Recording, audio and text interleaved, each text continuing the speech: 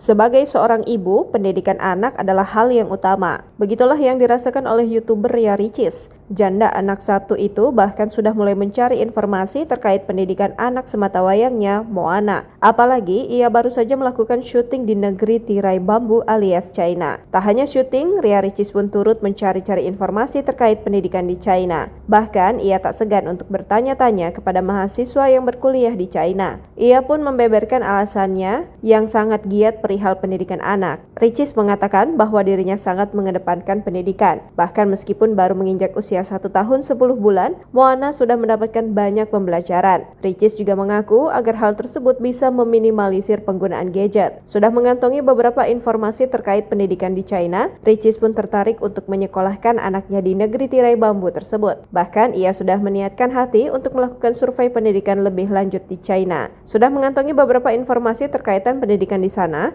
Ricis pun tertarik untuk menyekolahkan anaknya di negeri tirai bambu tersebut.